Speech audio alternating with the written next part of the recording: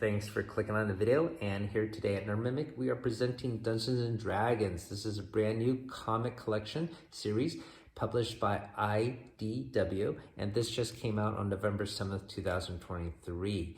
So this comic line is part of their Saturday Morning Adventures line, and they have other IPs such as Teenage Mutant Ninja Turtles and My Little Pony. But of course, here at Nerdmimic, we're going to gravitate towards Dungeons and Dragons. So I'm going to do a 100% flip through, so hopefully you can stick to the end. I'll let you know what I think about this. And if you're new to the channel, hopefully you could share and subscribe and help me out to grow to 1,000.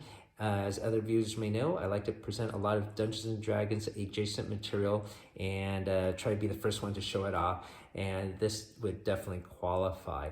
So this is a collection of 4 comics that came out earlier this year. And this paperback version, once again, just came out. It's pretty inexpensive. It's has an MSRP here of $12.99. So comics nowadays cost $4 to $5 nowadays, and there are for 4 issues. So you get your bang for your buck. I don't really buy modern comics nowadays. If I do, I might just get it as a collection. I bought a lot of comics in the 80s, and I'm going to do more of a comic presentation maybe early next year. So let's get started. So the authors and the artists here, they're veterans of the comic industry. I have to admit, I don't know any of them because once again, I grew up in the 80s. I'm not familiar with too many of the modern authors and artists nowadays. But, you know, looking at this art style, I thought, wow, this looks pretty cool. And I thought the whole comic was going to be in this art style, but actually it is not. So if you flip it to the back here, you can see that it has a more stylized art here on the back, and this is the art style that's within the book itself. Let me just flip it to a quick page here so you can see that. All right, so the story here is sort of gonna be like a lost episode here. And the most interesting thing that I noticed when I got this is, you know, they were on the roller coaster and they were transported to the Forgotten Realms. Now, watching the comic, watching the cartoon, I don't really recall them being quite specific which realm they were in. Were they in Greyhawk, Forgotten Realms? I don't think they actually specified anything specific. But here they clearly specify Forgotten Realms. And there are also more tie-ins to Forgotten Realms directly within the book.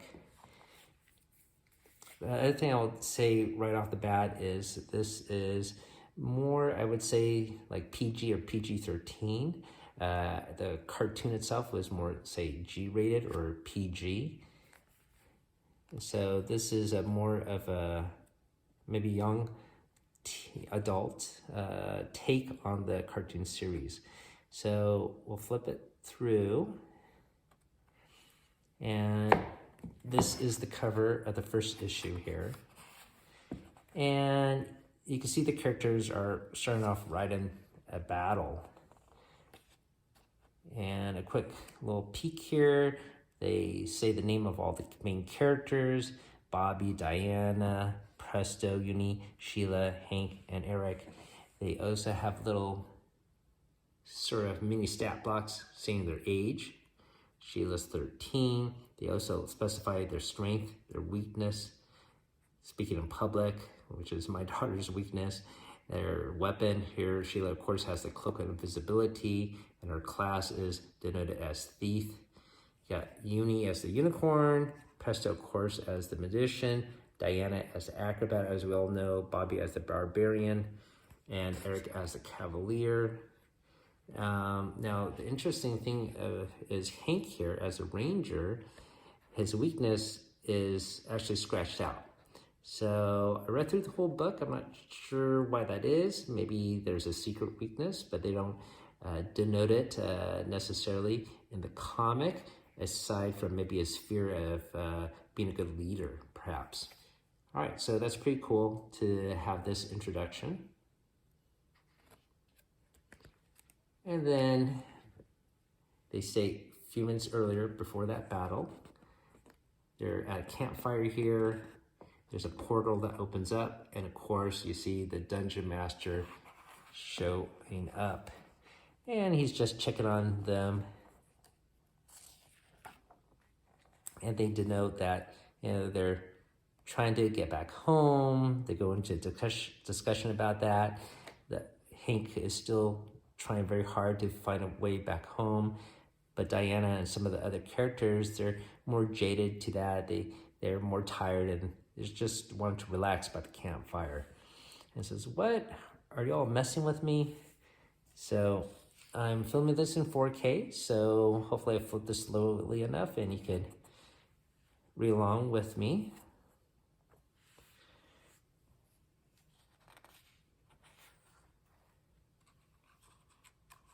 And then after they have that discussion and they're sort of reminiscing about their battles in the past, and the other characters that were jaded are saying, well, I sort of like being here, sort of, I found my soulmate here. Diana can work magic with animals. Bobby, of course, has a nice, unique bond with Uni here. And Hank say, well, of course, there's other things we don't like here, like Venger. And while they're at this campfire, suddenly they get attacked by this dryad here.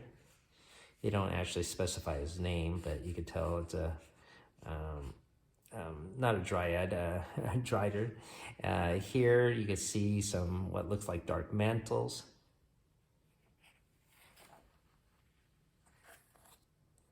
And they're holding and jumping into that battle that the comic started off with. There's another magic portal that opens up here. And Sheila makes the decision that maybe we should just go through this portal.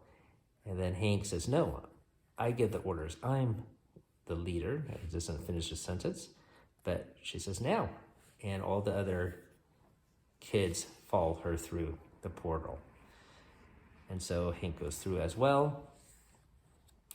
You can see they cross sort of maybe so through a multiverse.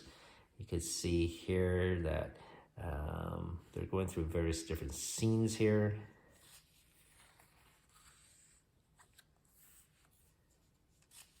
And they end up at Waterdeep, which of course we all know is part of Forgotten Realms. And you see this new character here saying, it worked, it finally worked.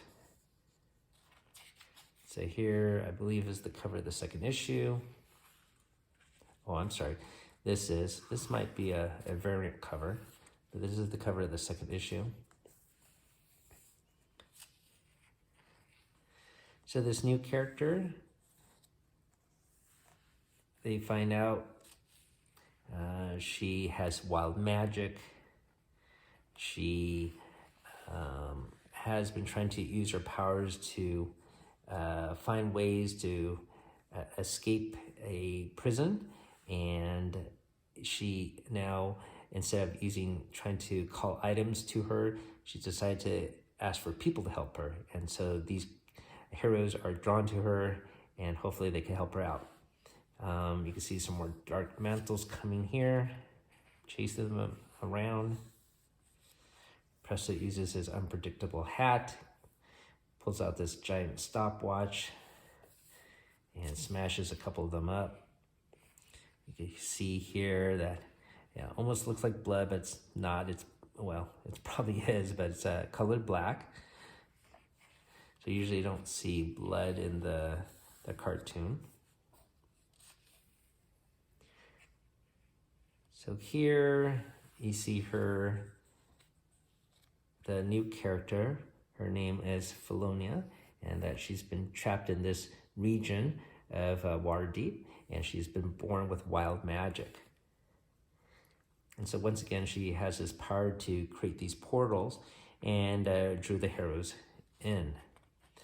While the heroes are exploring this place that she is using as her center of operations, that she once again called in all these magical items.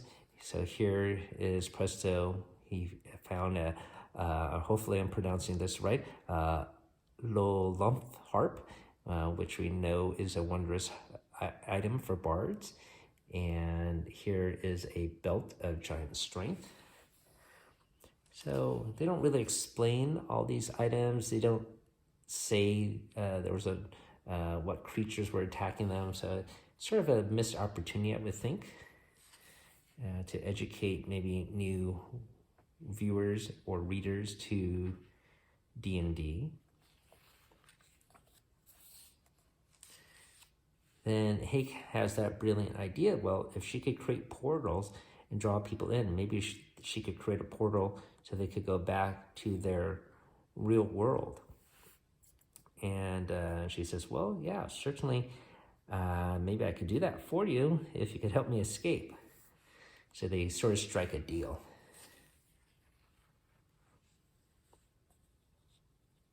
So while she's using some of her wild magic here, she's opening up all these other portals, and all these other monsters come through. You see a gnoll attacking, and of course here is a gelatinous cube.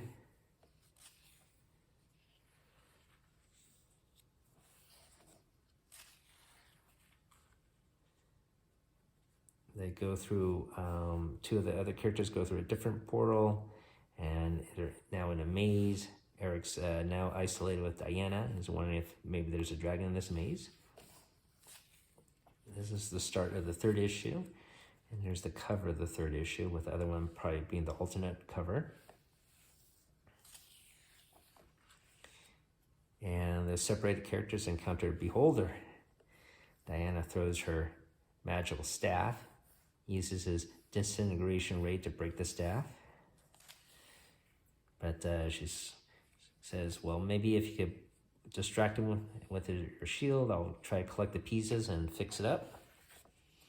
And that's what they do.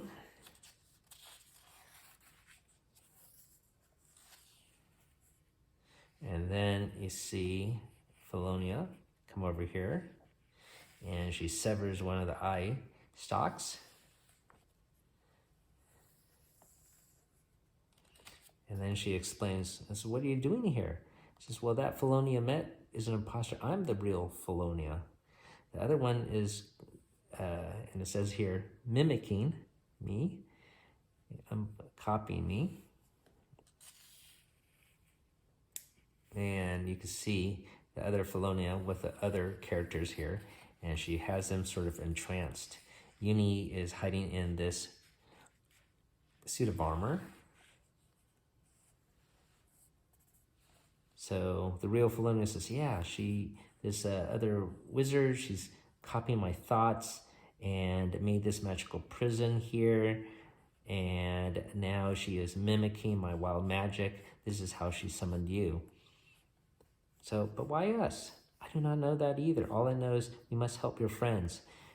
So once again, the Felonia that they met initially was actually the imposter, and this is the real one. So you can see this imposter trying to, now they notice the other two heroes there, and she's telling them under her charm to attack those two. And they all say, yes, master. So you can see they're starting to attack each other. They're using their special abilities here.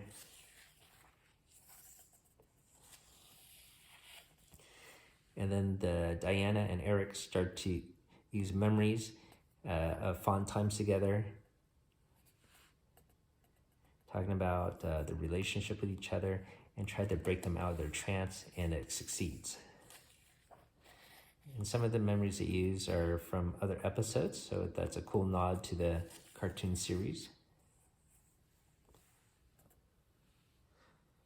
And it says, enough tricks. Weapons up. Look, a portal's opening, and the other Felonia attacks the fake Felonia. And hocus pocus, in all we've seen, help me reveal the true magical teen, because which one's the real one? So Presto tries to use his magic, but it doesn't work. And basically all of his friends turn into looking like him. And then he casts another spell, and they revert back to their normal selves. And then he says, well, basically, Hank has an idea. He says, well, maybe this is my magical bow. It will not lift the curse of this monastery, but it will grant its owner incredible power. Wherever the real Felonia is, I would like you to have it. And this Felonia says, if this bow will not free me from this prison, I will not take it, as it's useless as all these other magical items. This other Felonia says, she must be the imposter then, because I will gladly take it. Then you are the imposter. What are you doing? I did as you asked. The real Felonia would have no use for our magical weapons, as they would not help break the spell imprisoning her here. We've been in the realms long enough to know that there's only one person who would go through the trouble to make us hand over our weapons over. Da, da, da, da, da. And it's Venger, of course. Big surprise. I'm getting very tired of chasing you children around these realms. If you're not freely turn over your weapons to me, then you will die. Your quest ends here. So I thought that was a pretty cool reveal. So this is the last issue, issue 4. So he starts to call up some skeletons to fight. You can see there's a red dinosaur. Not red dinosaur, red dragon, sorry.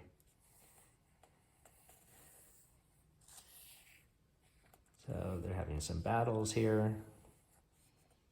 Presto tries to cast another spell here. Boil and bubble, toil and trouble. Transform this dragon into something more subtle. And it worked. Transforms the dragon into a little lizard. But then the dragon's too powerful and it reverts back to his true self. That didn't last very long. So Felonia is trying to fight as well against Venger. And he says here, haven't you wondered who kept you here? It wasn't me. I'm a stranger to you. But the one who imprisoned you, they are not. You know the person who put me here? Who is it? It is no matter. This place began as your cage. Now it will become your tomb. So they all help her, but you will never defeat me. They combine their skills. So Presto sort of converts a Cavalier's shield to shoot water like a fire hose. And Uni sort of distracts Avenger here. And basically using the water hose, it's presumed that they push it through this portal that Felonia creates. And that was the plan. So they succeed. He's gone. So the curse has been lifted. I am free. So where would he go now that I'm free? Well, she's now has the idea in her head that someone imprisoned her. It wasn't Venger, he said. And so now she wants to look to who imprisoned her. She's going to go on a quest for that. And then our heroes, they ask, well, could you send us home? And he says, sure, I could do that. So she creates this portal. They're all very excited. You know, Eric says, I want to eat a pizza. Diana says, I'm going to hug my cat. Presto says, I'm going to take a shower. And they go through the portal. This is we're home. But they're in the forest. And you know what? Turns out they're back at the original campsite where they first started this whole series. This whole book episode. So they're back at the campsite. So Hank is very disenchanted by this. He says, I quit. Another portal opens up. And it's Dungeon Master, of course. And he brought over some spicy fried potatoes. The other kids are pretty excited to see him. But Eric's a little upset. You know, what? Ready for our next adventure? He says, I've already been on this adventure with a dragon, a beholder, and gelatinous cubes, and fighting Venger. It's too much for him. But Dungeon Master's going to spend time here to talk to Hank.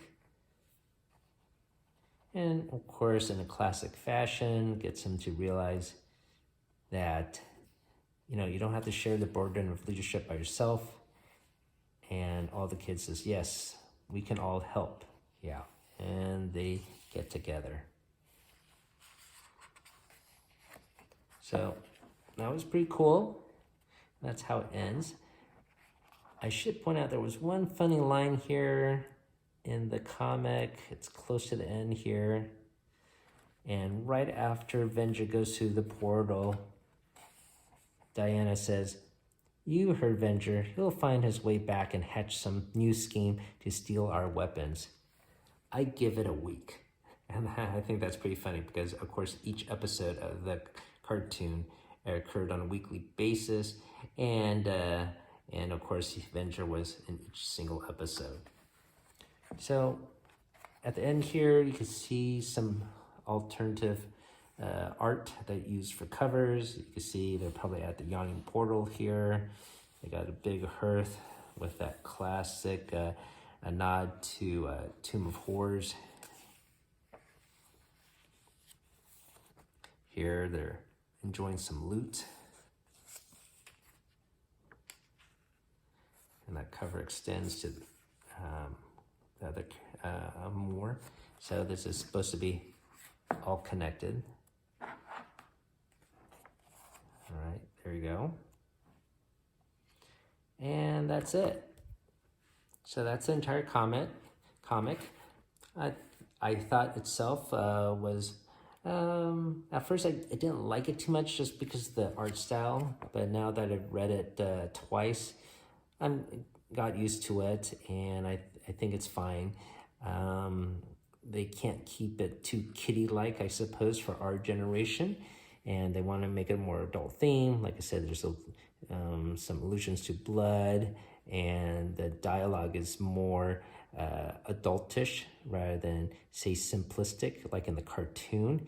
And I guess that's also because they have more time and space for more dialogue here rather than a short, like 22 minutes for an episode. So I think it's pretty cool. I like how they also have a little nod to a possible sequel here with the Filoni character. I think she's sort of interesting. What do you guys think? Would you pick this up? Let me know in the comments down below. So thank you for going through that with me. Keep on adventuring out there.